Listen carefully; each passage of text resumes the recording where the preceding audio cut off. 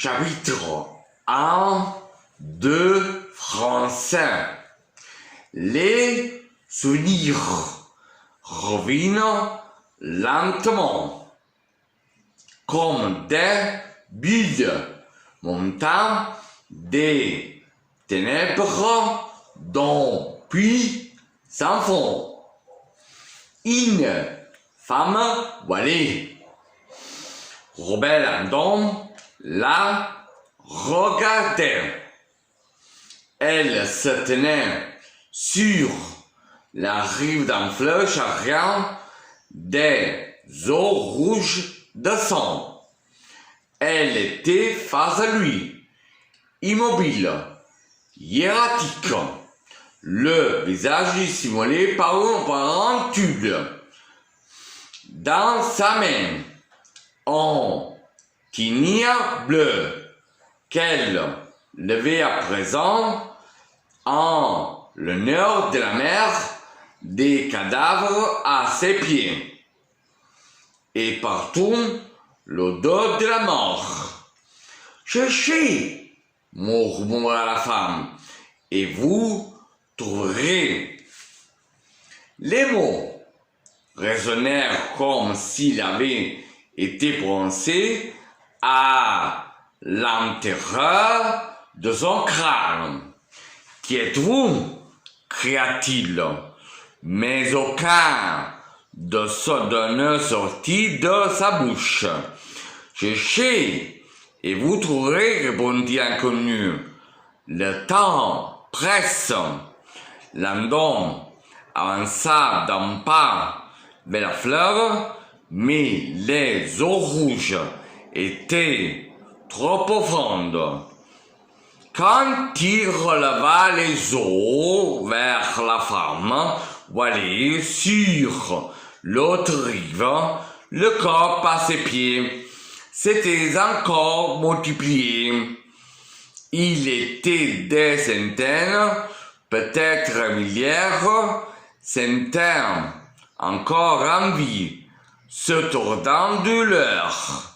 Des moribonds endurant des supplices, transformés en torches vivants, enterrés dans des excréments, ou se dévorant les uns les autres. Il entendait le plan du cube qui résonnait sur les flots.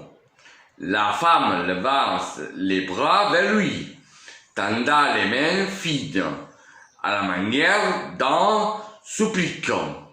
« Qui êtes-vous » hurla encore Landon. Pour toute réponse, la femme souleva lentement son voile. Elle était d'emboutée 16 ans, bien que plus âgée qu'il ne l'avait supposé. La soixantaine, peut-être aussi inflexible et altère qu'une statue.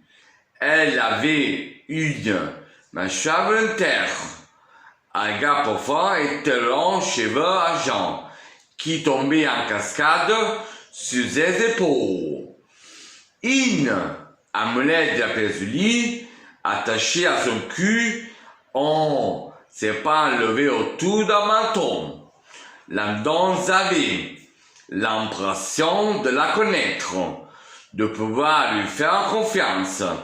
Mais qui sait? Elle désigna alors une paire de jambes qui s'agitaient. Elle sortait de terre et battait dans l'air, comme si un malheureux était enterré tête en bas, jusqu'à la taille. Sur la peu pâle d'un cuisse, une lettre tracée avec le but « Re ». Re comme le verbe, c'est moi. Là-bas, le visage de la femme résistait impassible. « Cherchez et vous trouverez » répéta-t-elle. Soudain, elle se mit à irradier une lumière blanche, de plus en plus vive. Tout son corps fut traversé d'une puissante pulsation et, Dans un coup de tonnerre, elle explosa à une gerbe de rayons blancs. Landon se réveilla dans un cri. La pièce était bannie de lumière. Il était seul. Il planait dans l'air d'une douleur de ziveton. Quelque part, une machine émettait des vibrateurs, des battements de son cœur. Landon voulut bouger son bras droit, mais la douleur l'empêcha.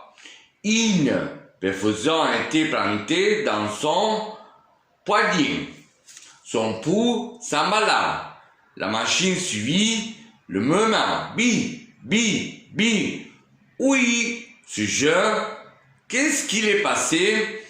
On lancement sur tambouriné à l'arrière de son crâne, comme des coups marteaux. Avec précaution, il leva son bras libre et explora son cuir chevelu, tâcha d'organiser la suce de douleur sur ses cheveux collés et poisseux. Il trouva un élément de protubérance, une place assurée par une dizaine d'agrafes, avec ses restes de savoir roulé. Il fait mal les yeux. Avait-il eu un accident? Rien. À que souvenir. Allez, fais un effort. Rien que les ténèbres. Un homme en blouse de médecin entrant dans la pièce alerté apparemment par les vibres affolées du moniteur cardiaque. Il avait une barbe épaissée, des sourcils incroyables bruisseux, et un regard doux et apaisant. Qu'est-ce que s'il a passé? Voulut Landon. J'ai eu un accident. L'homme posa un doigt à travers de ses lèvres et sortit dans les couloirs pour aller chercher quelqu'un. Landon voulut tourner la tête.